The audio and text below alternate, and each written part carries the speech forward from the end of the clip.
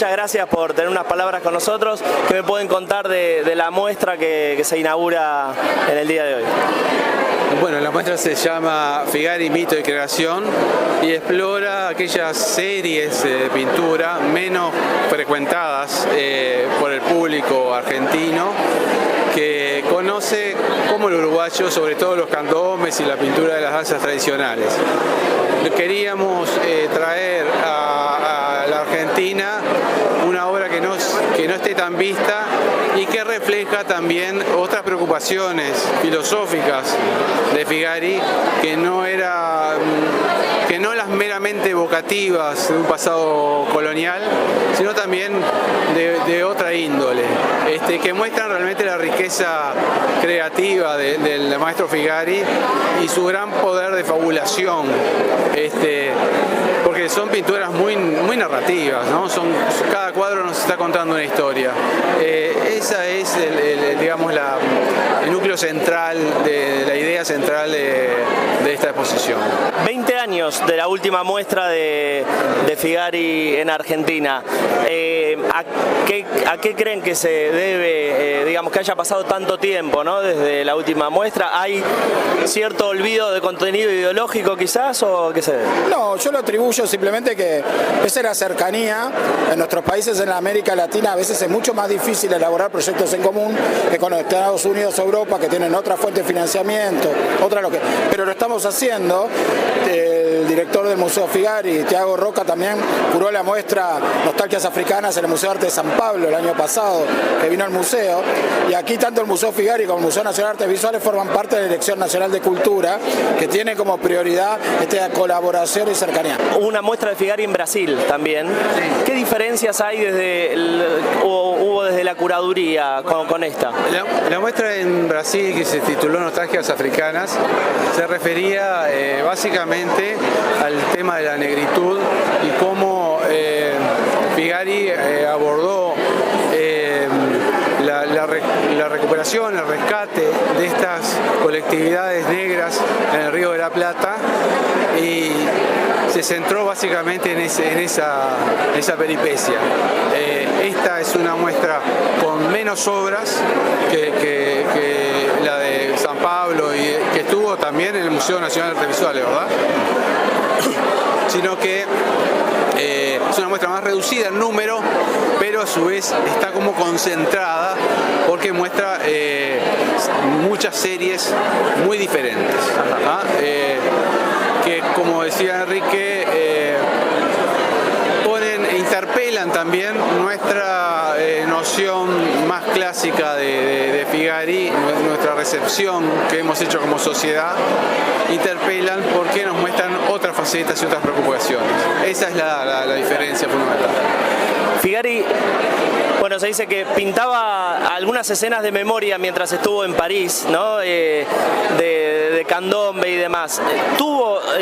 ¿Conocen si él tuvo relación estrecha con la comunidad afrodescendiente en algún momento que le permitía luego abordar estas obras?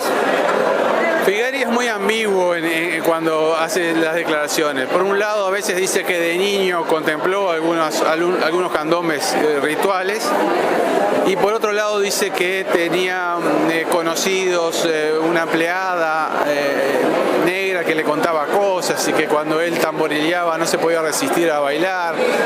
En realidad lo que es claro es que si él no lo vio presencialmente, se documentó muy bien, porque dejó tanto para el tema de los candombes como el tema de las danzas tradicionales, porque hoy en día los estudiosos, los historiadores, pueden reconocer las danzas por las posturas y los ropajes de estos cuadros. Entonces,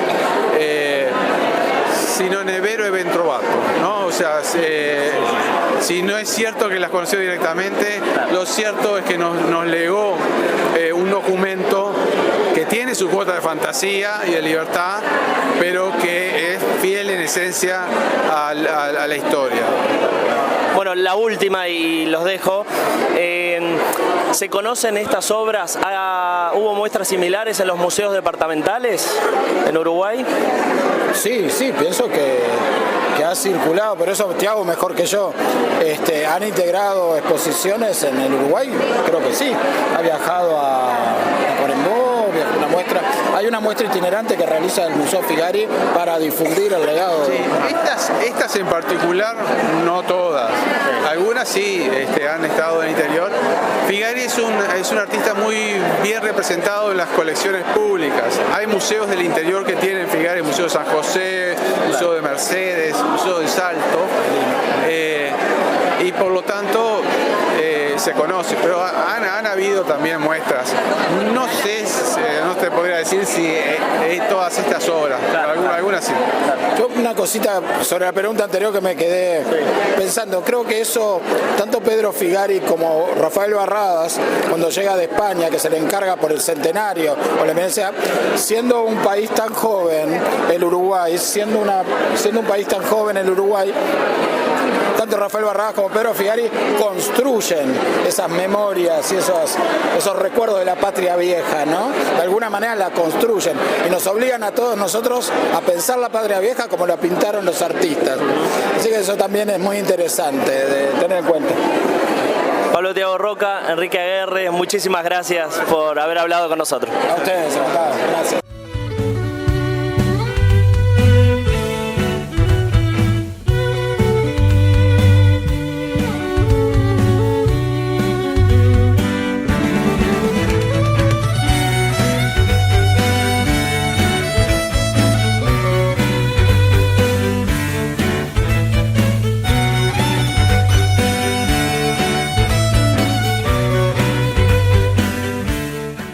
Entonces, estamos con la ministra de Educación y Cultura. Muchas gracias por acercarse a hablar unos momentos con nosotros.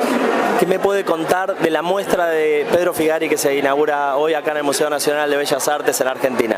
Bueno, realmente es una gran satisfacción poder representar al Uruguay en un momento tan significativo como este, en donde hay cuadros de Pedro Figari que son muy poco conocidos también en el Uruguay, como es todo lo que él pintó sobre los juegos, todo lo que pintó sobre la prehistoria con paisajes actuales. Es más conocido sus pinturas del candombe, de las sociedades que de alguna manera segregan a las personas y que como la nuestra tiene todavía hasta hoy una deuda con los afrodescendientes. Figari lo salda de manera magnífica, pero además de eso es un pensador muy importante para la historia del país porque crea la Universidad del Trabajo del Uruguay, que como decíamos da títulos de no universitarios, pero que hace 5 años se crea la Universidad Tecnológica, que es hacer realidad el pensamiento de Figari. Y nos deja la lección de un hombre que luchó contra su tiempo, siempre haciendo visible a los invisibles, dándole a través de la pintura voz a los que no la tenían, pero teniendo sueños que quizá en su momento histórico de paso por este mundo no se cumplieron, pero que la historia los retoma y después se hacen realidad. En relación a lo que viene diciendo, vemos que el movimiento cultural en Uruguay en los últimos años ha crecido exponencialmente.